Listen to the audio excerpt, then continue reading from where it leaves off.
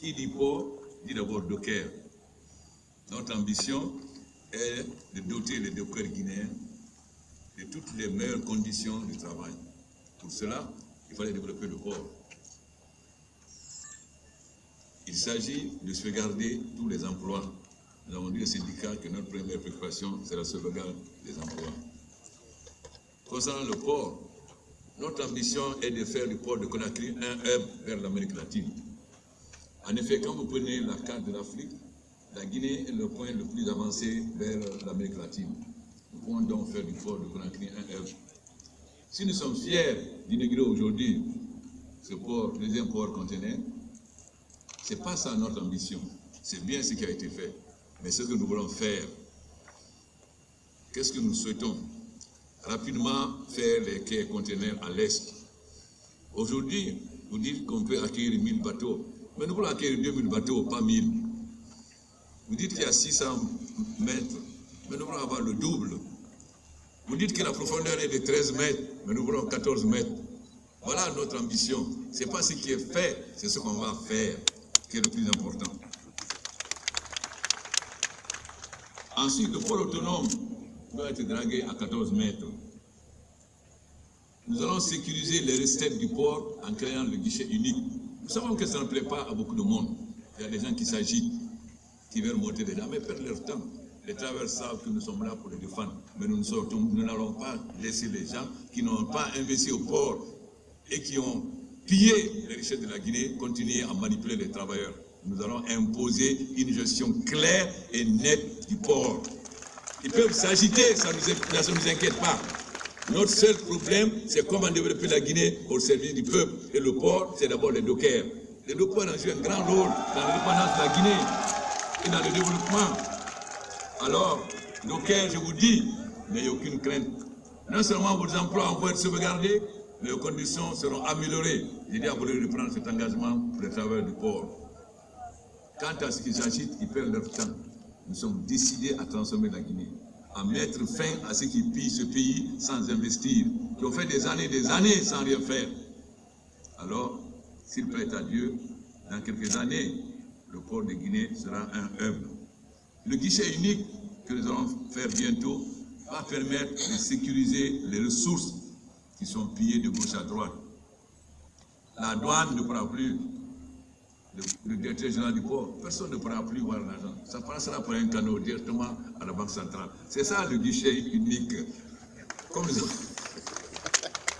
Évidemment, ça créera beaucoup de mécontents. Mais nous sommes habitués aux mécontents. Nous sommes habitués à ce qui est importé sans payer de douane, sans payer de taxes. Nous avons mis fin à cela.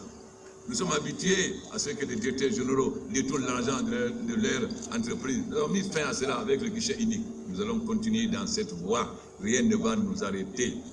Ceux qui pensent qu'ils peuvent empêcher le changement en Guinée, ils se trompent. La Guinée, comme je vous l'ai dit, était un aigle aux ailes enchaînées. Bien qu'il y ait l'Ebola, l'aigle va prendre son envol.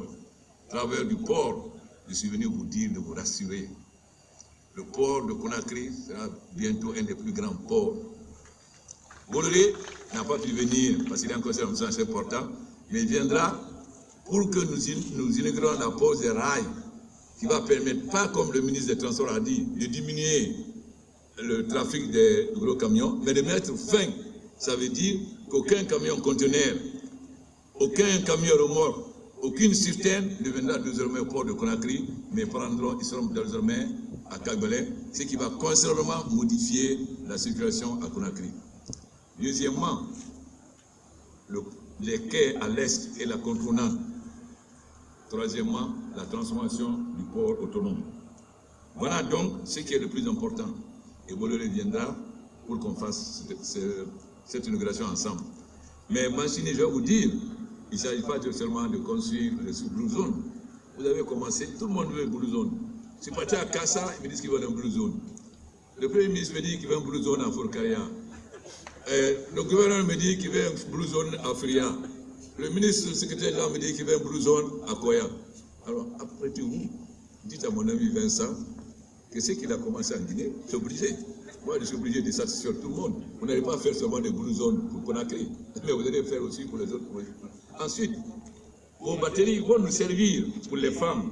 C'est-à-dire, au lieu d'utiliser l'électricité, les femmes vont utiliser la batterie et les panneaux solaires, à la fois pour les frigorifiques, pour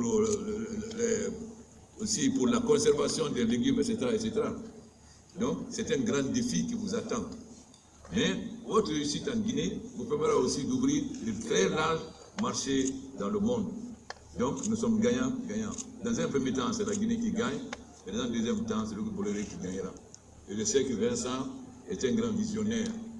Lorsqu'il a parlé des voitures batteries, tout le monde a ri. On voit le succès aujourd'hui. Les Blue Zones auront l'électricité sans avoir à tirer des gros fils ou des grands poteaux.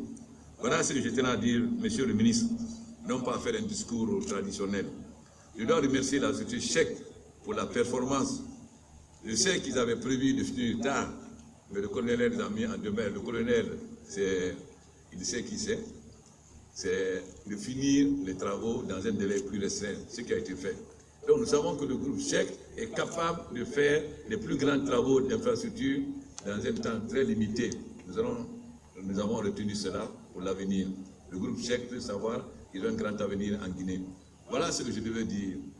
Le groupe Bolloré a montré que nos ambitions peuvent être réalisées, que la Guinée peut jouer le rôle que la nature nous a destiné, qui n'a pas pu être fait. Nous allons rattraper 50 ans de retard en quelques années, s'il plaît à Dieu. L'Ebola nous fatigue aujourd'hui, mais comme j'ai dit, l'Ebola, nous allons le transformer en chance pour la Guinée, en renforçant nos capacités hospitalières pour que nous soyons capables à tout moment d'identifier tout virus possible, toute épidémie possible et de soigner par nous-mêmes. Et ça, je vous donne la garantie aux Guinéens. Nous avons fait beaucoup, mais ce que nous avons fait n'est rien par rapport à ce que nous ambitionnons. La Guinée vient de loin, mais la Guinée rattrapera son retard. Nous savons que ça ne plaît pas à tout le monde.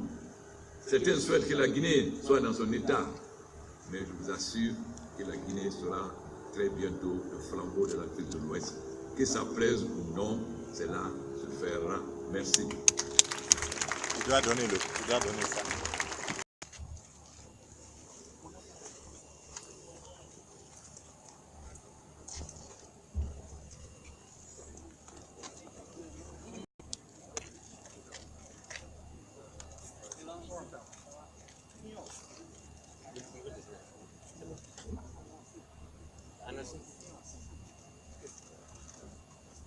À présent, c'est la remise du satisfecit.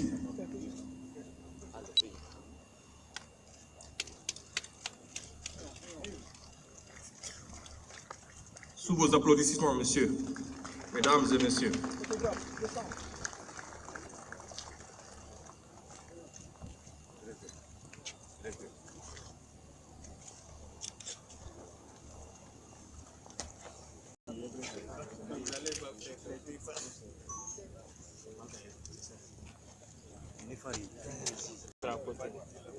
Elle s'incline un peu.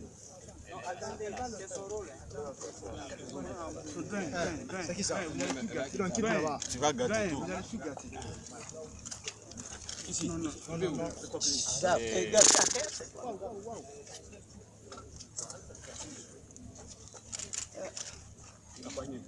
C'est ce que je disais. S'il vous plaît. Quittez maintenant.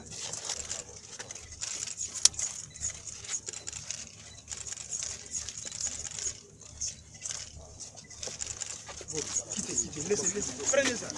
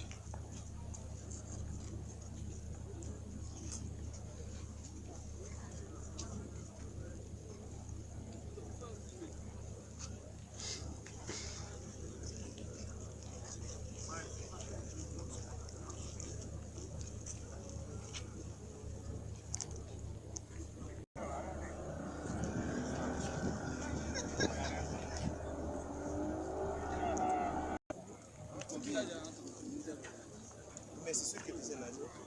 Alors, je travaille. Ça n'a jamais.